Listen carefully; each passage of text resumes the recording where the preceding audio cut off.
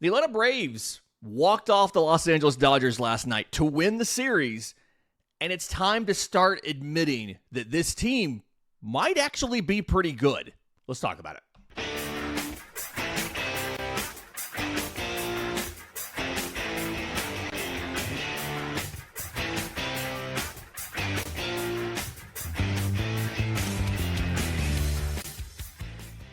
Yes, welcome on in to Braves Today, a production of the Belief Podcast Network and presented to you by FanDuel. I'm your host, Lindsay Crosby, author of the Braves Today newsletter over at bravestoday.com. Atlanta walked off the Dodgers 6-5 last night. Absolutely wild game. We're going to break it down. Ha-Seong Kim, believe it or not, was the hero. But before we do all of that, there is a larger conversation to have.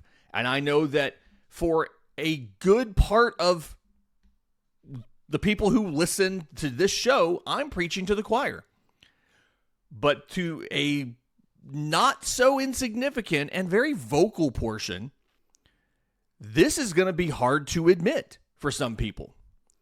The Atlanta Braves are a good baseball team, and it's time we start acting like it. The Atlanta Braves, 78-55. First place in the National League East.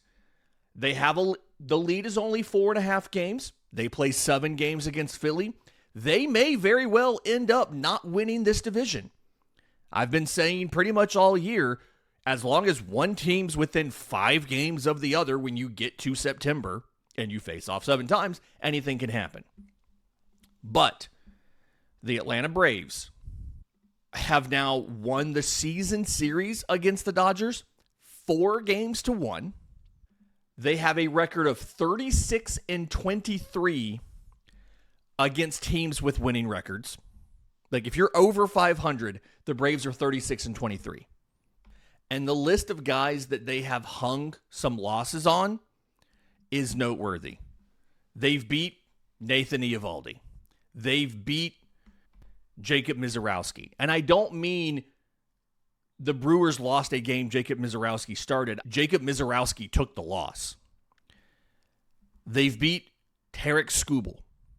I actually don't think he took the loss, but they won the game and he didn't get the... Okay, yeah, so there you go. That one's a little different.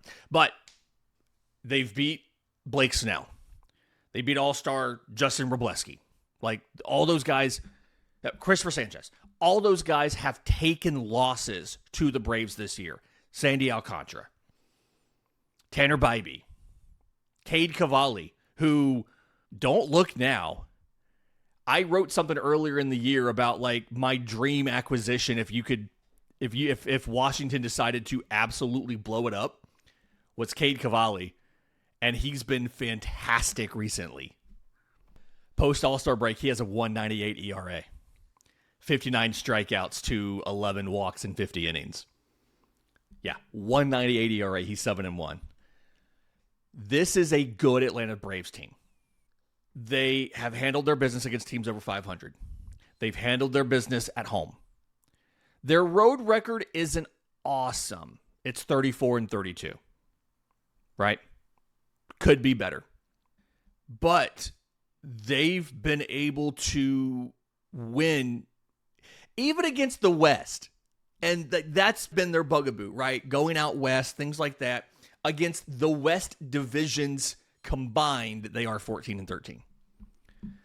In just about every way you slice it up, the Braves have been an over 500 team in just about every possible respect.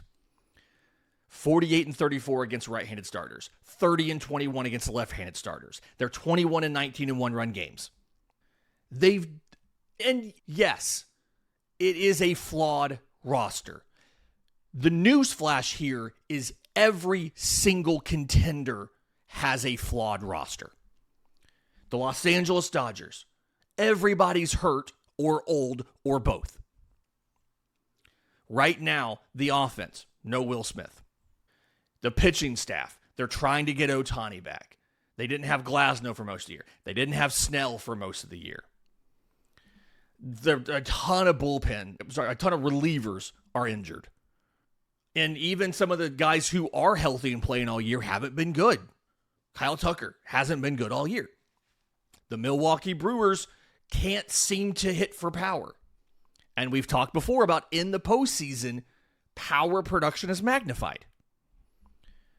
That could be part of the reason why they haven't been able to make a World Series despite being one of the better regular season teams in baseball over the past, 5 years? Stay in the National League. The Chicago Cubs, their rotation is held together by duct tape, baling wire, and prayers. 3/5 of their rotation right now are guys that joined the team in June or later. Their bullpen, half of their bullpen are guys that joined the team this year. They've got 7 relievers and 4 starters on the injured list. They're missing their shortstop. They're missing their top utility man. Go to the American League. The New York Yankees, their fate in the postseason is directly tied to Aaron Judge. They have a fantastic rotation, one of the best in baseball. They've been able, for the most part, to keep a lot of those guys healthy. Max Fried's down right now. Ryan Weathers just went down too. But their entire offense and what they try to do to score runs is based on having Aaron Judge in the lineup. And they need Ben Rice to hit. They need Cody Bellinger to be there. Bellinger's back now. Rice has been there all year. They're not good at second base. They're not good at third base. They're not good in center field. But when they have Aaron Judge, one of the best hitters in baseball, it papers over a lot of that. Every contender is flawed in some way. And the Braves are no exception. The Braves are flawed. It feels like more offensive volatility as far as consistency. The Braves, for some reason, and I haven't quantified this, and maybe I should as a little fun project, it feels like the Braves are more prone to what I'm going to call collective slumps, where the entire lineup seemingly doesn't hit at the same time. You look at the month of June, right? And they're still reliant on I'm about to reuse that word too much. They're reliant off of a less reliable pitching strategy of contact management, right? Getting weak contact, getting ground balls versus just being able to punch everybody out. But the Braves didn't accidentally become one of the best teams in baseball. It's not fluky that they have a run differential of plus 112. And I know that Braves fans are scarred by the way that this team has underperformed in October and recent seasons. 2023 to me is the egregious one because you had, no joke, a generationally great offense. They set a single season record for team slugging. They tied the all-time home run record for a single season. It is not a stretch of the imagination to call that a generationally great offense, led by an MVP in Ronald Acuna Jr. And when they got to October, they didn't hit. 22, you can look at the pitching injuries. 24, you can look at, they barely limped into the postseason. And, they were a ton of offensive injuries. And they were down some pitching when they got to October, including Chris Sale. And I'm not asking for everybody to say the Braves are 100% like they should be the World Series favorites. And they're going to steamroll the entire National League on way to the World Series and then just destroy whoever makes it from the American League and they're going to win the whole thing. I'm not saying you have to think that. But the people who are insistent, like 100% certainty that either the Braves aren't going to make the postseason at all, which is just a wild thought, or that they are absolutely getting bounced in the very first round.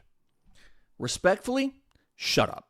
Sure, it absolutely could happen. We saw in the month of June when this offense gets cold, it is very hard for them to win games. You know what they did in the month of June? With that cold offense, with a struggling rotation, they took a series from the Brewers, beating Jacob Mizorowski to do it. That could happen. They could get bounced in the first round. It is not a certainty. And I think that when you look at the body of work for Atlanta this year, being 36-23 against teams with winning records, taking series against Milwaukee, winning the season series against LA, taking the series against the Cubs, who you may face in the postseason, being 5-1 against Philly going into those 7 games next month. To insist that there is a 0% chance that the Braves do anything but get bounced in the first round is not only frustrating, it's wrong. And I very well may end up eating these words. They may get bounced in the first round. And I'm sure some of those people are going to come find this episode and they're going to try to crow and they're going to try to say that they were right the whole time. But they weren't. Because we saw last night, it is in no way a certainty that this team can't go all the way. It's in no way a certainty that this team is going to get bounced in the first round. Because what happened? It's now 2 straight games where there's been some weird little fluky stuff that went both directions. Atlanta had a couple bounces go against them, and they still found a way to win. And as much as we talk about the Yankees series or the Arizona series, if that was the postseason, you would have been eliminated. If this was the postseason, the Dodgers would be out. If you look at this 3-game series and assume these teams somehow met in the wild card, LA would be out. If you look at the season series and you assume that these teams met in a best of 7, LA would be out.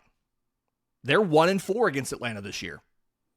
And I understand Braves fans are scarred. I'm going on way too long about this, and I apologize. Those of you who are not that type of pessimistic downer fan, I apologize for going on about this for 10 minutes now. But a lot of these teams are not perfect. The Dodgers are 31-34 against teams with winning records. And yes, they're probably going to take it to another level in the month in October. And that's fine. The Phillies are 26-30 against teams with winning records and just now have a positive run differential for the first time in the year, and we're in August. Part of the reason they're 74-60, we've seen this before, is they have an absurd 23-11 record in one-run games. The Braves are close to 500, 21-19. And if you look at the expected win-loss record for the Phillies, instead of being 74-60, they should be 69-65, 5 games worse. Now, they're not. And I'm not saying that overrides the fact that your division leads down to 4.5 games. But what I'm saying is all of the evidence that we have says that the Braves are capable of winning the World Series, and it's time for people to just stop automatically insisting that not only can they not do it, that they're going to get eliminated in the first round, or even worse, not make the postseason at all. In just a minute, let's talk about Ha-Seong Kim. Braves won yesterday. He was the hero. Let's talk about the series. Let's start the game. Let's talk about what happened and changes we may see today. We'll do that next, right here on Braves Today. Braves walked off the Dodgers 6-5 last night, and holy cow, this game, just like New York's hottest club, had everything. AJ Smith-Shawver got the start. Fine, right? Didn't necessarily take the leap that I was hoping for. I felt okay with it immediately after the fact. And then the more that I kind of sat with it and thought about it, I'm like, I don't know if that was the step forward that you were needing him to take. But you were in the game at the end of his 5 innings. And that has been the standard that we have set, that we have asked at a minimum that these pitchers can do. So, okay, fine. 3 runs, 5 hits, 3 walks, 3 strikeouts. The walks were frustrating.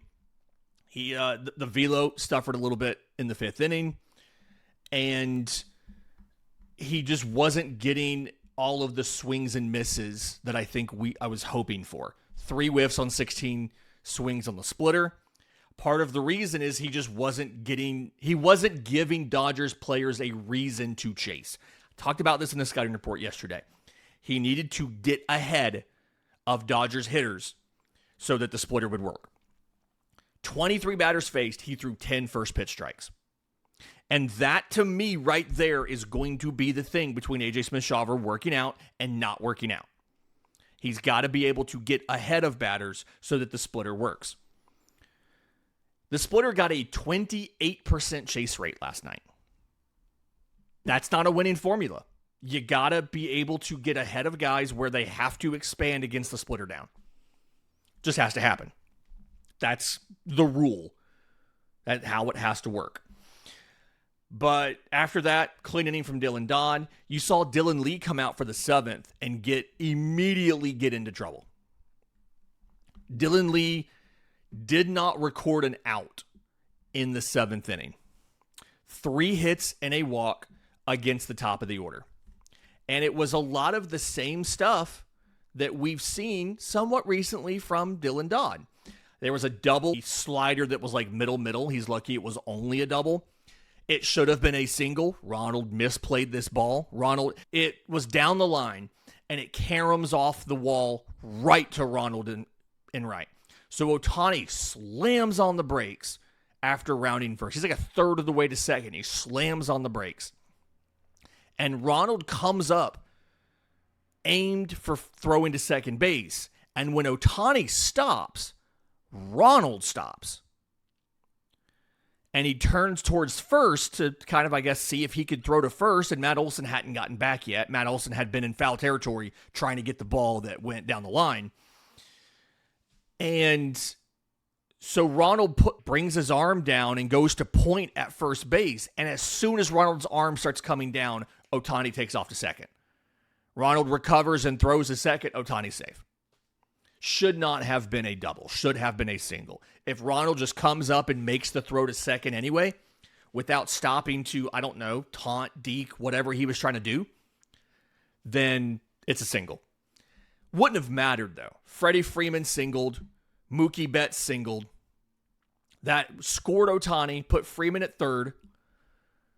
And then when Max Muncy walked, when Dylan Lee walked Max Muncy, bases are loaded.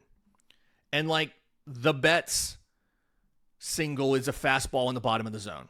Four-seam fastballs probably don't go down there. The Freddie Freeman single is a fastball that is upper third, but like not that much. Probably should have been a little bit higher. Okay. Bad pitches, whatever. Didier Fuentes comes in the game, and it was clear that they were getting him ready in a hurry. He walks Tommy Edman on 4 straight pitches. That ties the game at 5. Bases are loaded, issues a walk. He then gets Kyle Tucker to line out, and it's like fastball, fastball, fastball. Tucker's fouling him off. He goes to a slider, and Tucker just like weakly lines it to left, like 80 miles an hour. It's not deep enough for the runner to even try to score from third. It's Mookie on third. And then ground ball double play on Alek Thomas. Throws him a fastball in, goes right to second short first, double play, inning over. He gets out of the jam with just the 1 run allowed. Great work. 8th inning, Diddy comes back out. Teoscar Hernandez, I'm going to call it a single. It's really not a single. Hernandez is down 1-2. It's a slider down and away. And he hits it down the third base line at 44 miles an hour. It's one of those that just dies in the grass. And as Jeff Francoeur said on the broadcast, as long as you don't trip running to first base, there's no way you're out on this play. Hunter Fiducia bunts him over. Shohei Ohtani grounds out. Like Fuentes is back to the top of the order already. Ohtani grounds out, but it puts a runner on third. They choose to intentionally walk Freddie Freeman with 2 outs and a runner on third to, one, set up the double play. Not that you need a double play, but now you have first or second base for the out. And to not have to throw to Freddie Freeman because it's Freddie Freeman. But then Fuentes walks Mookie Betts too. 4 straight pitches. So he has to face Max Muncy. And it's a battle. He opens him up with a splitter for a ball. And then after that, it's just fastball, fastball. I mean, I think he throws 7 straight fastballs. He just pumping fastballs. They're moving him around the zone, inside, outside. They're all in the zone. Other than I think there was 2 of them that were out. But then other than that, all the rest are in the zone. They're up, they're inside, they're outside. And Muncy's just fouling them all off. So then Sean Murphy calls the splitter. 3-2, bases loaded. Sean Murphy calls the splitter. And they throw it, and it works. Muncy's geared up for yet another fastball, and he swings through the splitter that is both down and off the plate. That's a ball. That brings a run in if Muncy doesn't swing. But he's geared up for that fastball because he's just had to catch up to 97, 98 multiple times in the at-bat. Swings through it, they get out of this. And, there were breaks that went against Atlanta in this game. And, one of them happens in the bottom of the 8th inning. Braves have a runner on third. So Sean Murphy singles to open the inning. And it's one of those Teoscar Hernandez style, slow rollers to third. Murphy's rolls all the way down the line, hits the bag. It doesn't just die. It's actually a slow roller, but Muncy's trying to see if it goes foul, and it hits the bag, which means it's fair. The ball hits the bag, then it's not going to get ruled a foul ball. It's just not.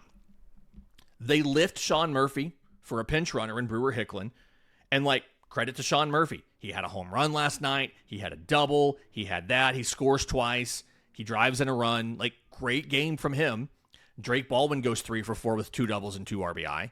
Atlanta's catchers combined for a home run, 3 doubles, 2 runs, 3 RBI, a walk, and a 1 ABS challenge. Murphy and Baldwin together.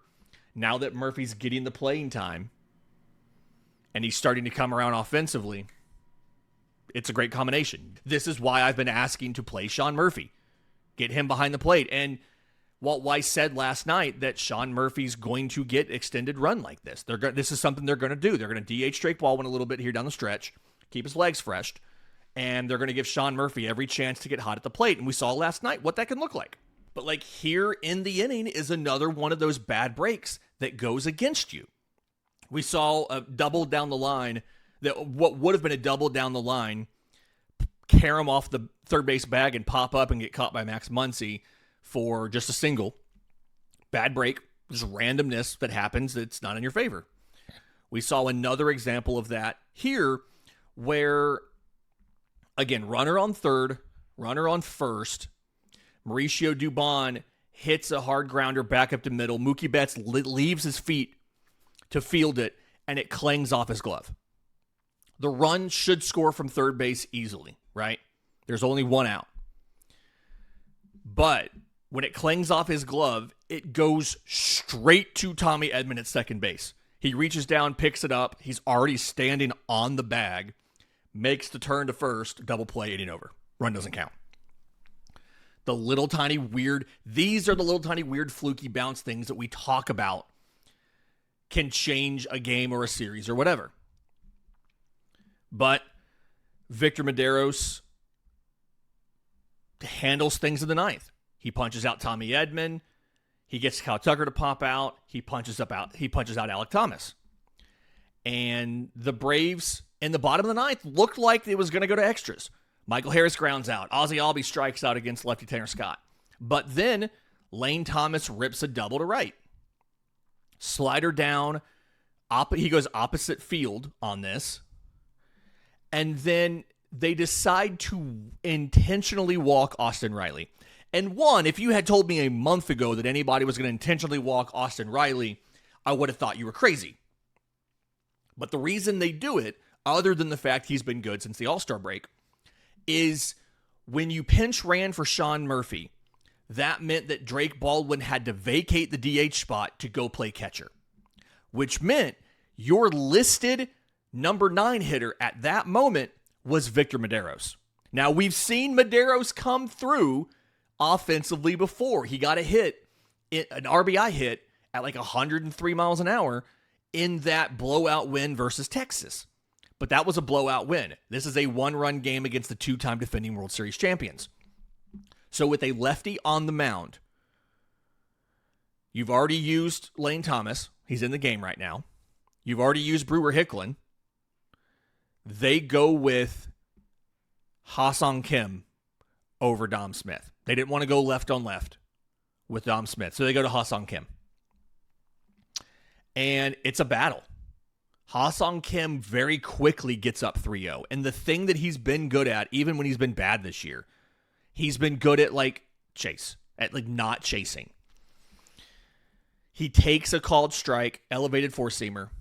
He fouls off 3 more fastballs that are good pitches. And then he gets a well-placed fastball bottom of the zone, and he rips it to left at 103 for the walk-off winner. Ha-Seong Kim is the hero. 8th pitch of the at-bat, rips the RBI to win the game for Atlanta. And when I tell you that they absolutely swarmed him in a way I feel like you don't even normally see in walk-offs, the entire team was very clearly happy and excited for him. And they interviewed him after the game through his interpreter about his whole thing is he didn't have an at-bat in 11 days. He hadn't had a hit since June. But he went up there, he had a professional at-bat, and he did the job. He got the job done. And when they interviewed him after the game, he said, his goal is to always be ready. He just wants to be ready in case they need him to do something. I mean, obviously, and they didn't talk about this. Obviously, he wants to play. Every baseball player, maybe with the exception of Anthony Rendon, wants to play baseball. Yes, they get paid a lot of money to do it, but they want to do it because they like to do it. No at-bats in 11 days, didn't matter. He was prepared, he was ready, he got the hit. I don't know if this means that you're going to play him today. I don't think he's going to be in the lineup today. Part of me wondered, could this be the start, the thing that would turn his season around? Probably not. I don't know if they'll give him a start just to see. But if you can get to the point where you're at least confident in him being a pinch hit option off the bench or going in for defense, actually using him, I think that's very helpful. I think that would be great if they got to that point where they were willing to use him and he was not just, in essence, a 13th position player spot that you weren't using and you were just playing with 12 men. And honestly, I do think you probably see a little bit of difference, to the lineup today. I think I mentioned it earlier, maybe, but it's probably time to give Ronald Acuna Jr. a day off. It's probably time to just, hold him out of the lineup. Couple different options you can do here. It's a righty on the mound in Yoshinobu Yamamoto. You could go with Brewer Hicklin. He's hitting this year against right-handed pitching. 345 average, 417 on base, 594 slug. Now, clearly, almost all of that is in Gwinnett. But he's been okay against right-handed pitching. You could play him in right field, or probably play him in left and play Yaz in right and give Ronald a day off. You could play Lane Thomas and Yaz. Lane Thomas is not bad against right-handed pitching. It's not like Yaz against lefties.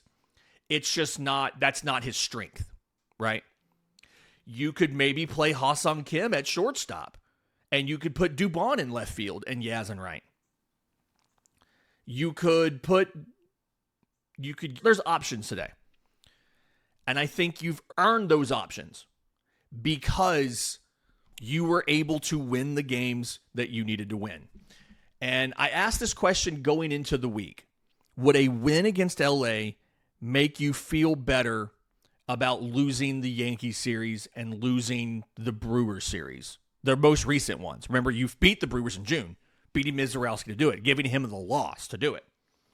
And I think the question now is winning the series against LA enough to override those losses from earlier in the month? Curious to know what you think. I'm on social media at Crosby Baseball. If you're watching on YouTube, leave a comment down below. And I'll say it again, like I said earlier. This is not a perfect roster. This is not your prohibitive World Series favorites. But this is a team that has shown the ability, when they are playing well, that they can beat anybody. And if you just are scarred because the Braves have underperformed in recent postseasons, that's fine. But it's absolutely not the case to continue to say they have zero chance in the postseason. That's all I'm saying. Let's get there, and let's see what happens. Because personally, I've seen their ability to step up and win some of these games.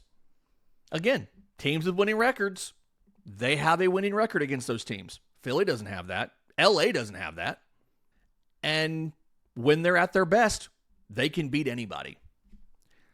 And hopefully, these two wins are the catalyst for them to get to be playing their best as we get to face Philly for 7 games and have a chance to decide the division on the field and go take that momentum into the postseason. That'll do it for Braves today. Please like the video. Please subscribe. We'll see you next time.